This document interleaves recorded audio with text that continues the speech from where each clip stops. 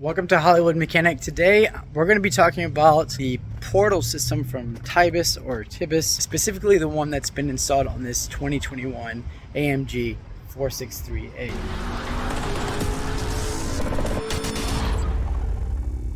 Obviously you can see this thing is a monster. Pit 26 is the company that has created this monster. They've made it like a Goliath style or gladiator. No, it's Goliath, right? Style pickup on the interior. Now obviously the interior is kind of torn up because you don't draw power from your door seals, but that's not Pit 26. 26, he's the engineer, he's the designer. Think of him as like Toyota, who hires companies to install these amazing products like the Tibus portal. The people, the laborers that are actually doing it are messing up. And so that's actually very fortunate for him because that's how he met me, and I'm here to help resolve some of those issues. What do the portals look like? Well, right here you can see what they look like. Very clean matte finish. The company Tibus or Tibus there. This is a breather hose. There's no cooling or anything for the oils, but you can see the filter there to allow breathing without getting polluted, and especially if you're going to be fording. But as you can see how they work there, the axle goes in at the top and some magic gears like a transmission in there allow the wheel to come out at the bottom. So you're getting an axle, an amazing axle height increase, not just the body. So you know, if you're like used to body lifts or just like leaf spring kits, stuff like that, you're not getting the ground clearance increase. So that's what these things are really amazing at. And here's what they look like out of the car. Well, there's a little bit of some things we're going to go over about how the instructions work. But again, some labor didn't do my boy right. So as you can see, gearbox happens. These gears are no joke. They are some massive, beefy,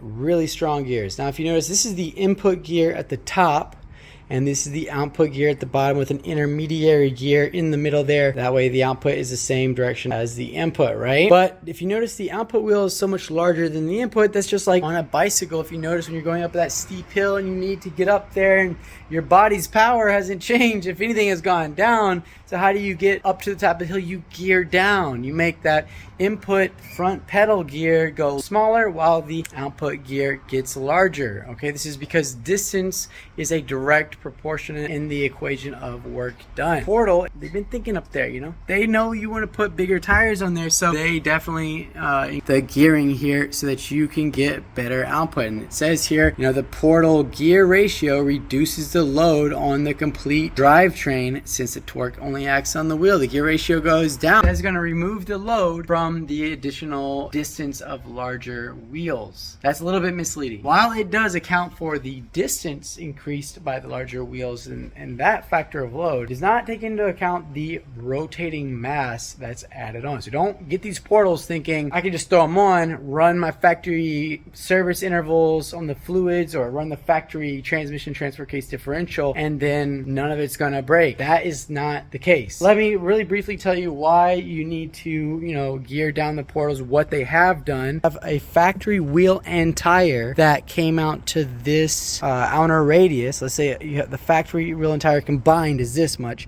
Then for every one rotation of your factory wheel, you have this distance, and your engine has to put out a certain amount of work, your drivetrain, your transmission, everything, to get that one distance. But if for one revolution you make that distance go up like you have here, this much longer distance, well then for one rotation of the tire, then everything in the car has to do more work. You know, the transmission is going to get a little hotter, the differential is going to get a little hotter. If you're using the lockup clutch in the case of a wheel slip and off-road, utilizing this amazing Mercedes traction control, then you're going to use up more clutch material and create more heat in the differential, and you're going to get this warning a lot more often. The Tibus portals account for that, but they do not account for the increased rotating mass of these portals. Don't think putting the portal on and all of a sudden you're going to be great.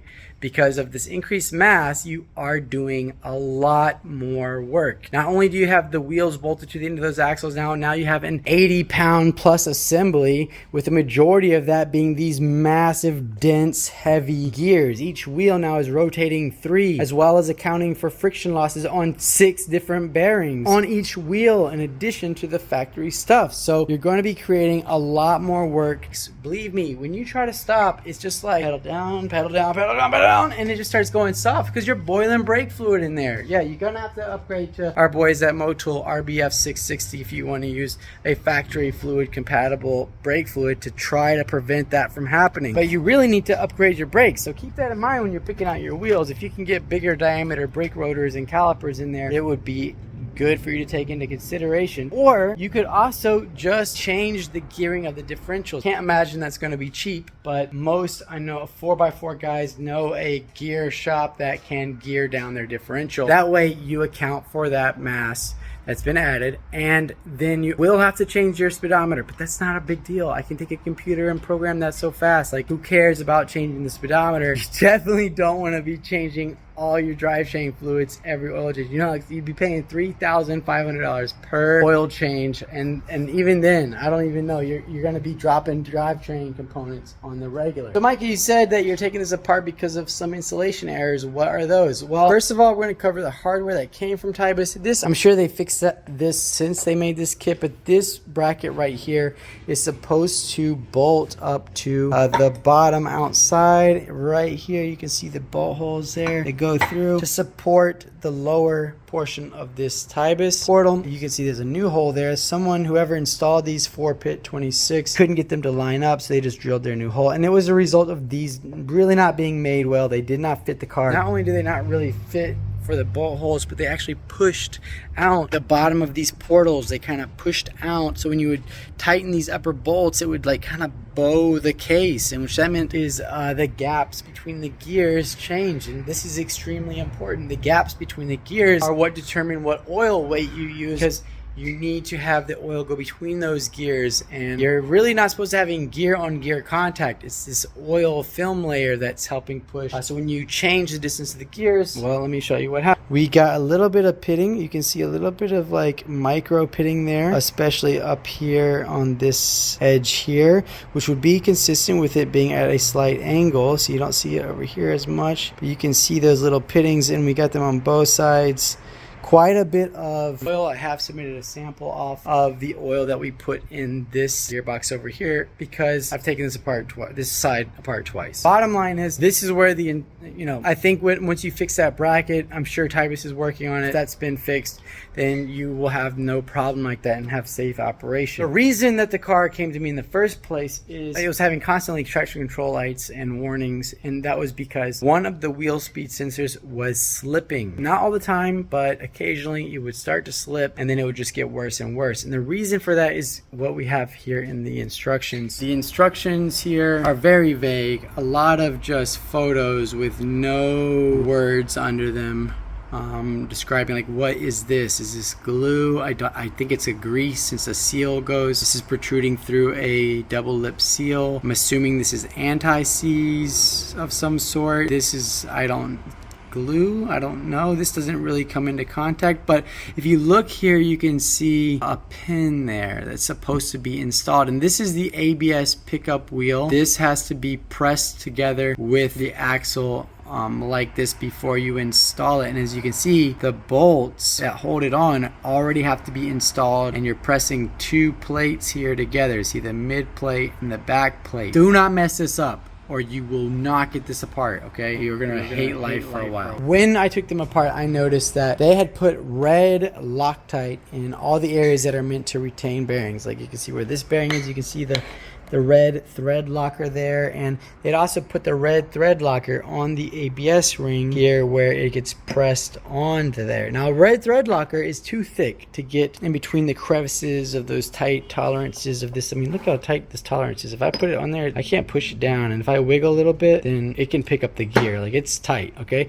So for that is this Loctite 648 retaining compound, which is a green fluid and very much a thinner viscosity, able to wick up in there. And in their instructions, the Germans told me, we told you in the instructions to use a 6148, and yes, I did. I noticed that. I caught it. I had it in stock from the Ferrari transmission that also requires it for some other things. So I mentioned this, but when I looked more closely at the instructions, look at here, where it says use the Loctite 648, just above it, it says use Loctite on bearings Apply thread locker to all bolts. So if you're quickly going through these instructions because you're a tech and it's hot and sweaty and you're tired of carrying around all this heavy stuff, you might just see Loctite thread locker, red bottle. Let's put it on the bearings. Let's put it on the sensor. And so that's what happened. And it was slipping. I caught it. I took it apart, repaired it. I recommended we do the other side because it's going to start slipping also. 2 weeks later, it did. The car came back. But the owner of Tibus happened to be here and he saw me having it all cleaned. And there's supposed to be a little pin, locking pin that goes in that hole that corresponds to this. And that's going to be fun. Can you imagine pressing this plate and this gear and that ring all at the same time, all loosey-goosey, and trying to align that pin that you can't fucking see for the light? Did it fall out? Is it angled right? Do I crush it? Oh man, it's going to be difficult. And if you get it apart or put it together, then every time you take this apart, you got to clean all the gasket material off of every edge. And if you want to take this completely off, you're going to have to pull this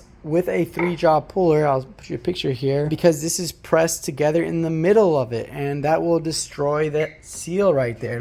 It'll bow it in like this. Boy, you can't put in a bow concave seal in there. And then on top of that, I put in the correct retaining compound on this bolt. And why is that important? Well, as you can see, when you press this in and those bolts are already installed there in this back plate, they're pressed between the mid plate and the back plate. And the way that you tighten them is by an extended Allen going down through these holes right here.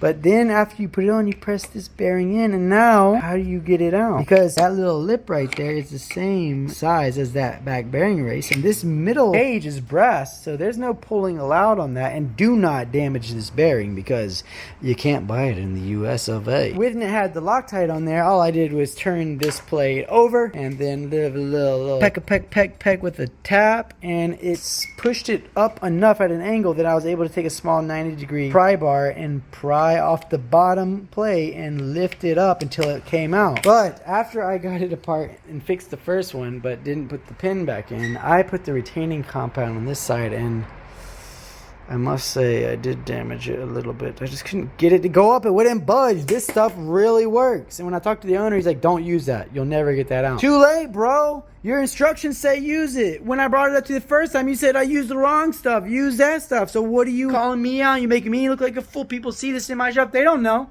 They think I got a comeback.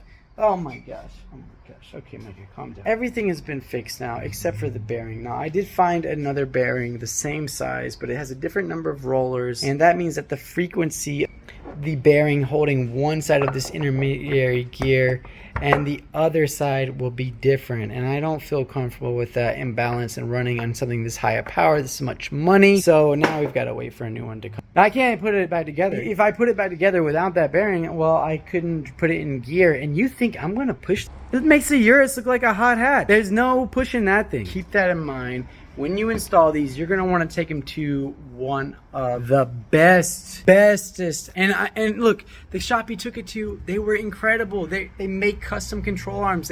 They look like a dope shop. They have Baja trucks. Like, they know their stuff. But, you know, I guess it's like they say, it takes a good old West Virginia boy to figure all this stuff out, huh? The West Virginia boy is keeping all the Germans in line.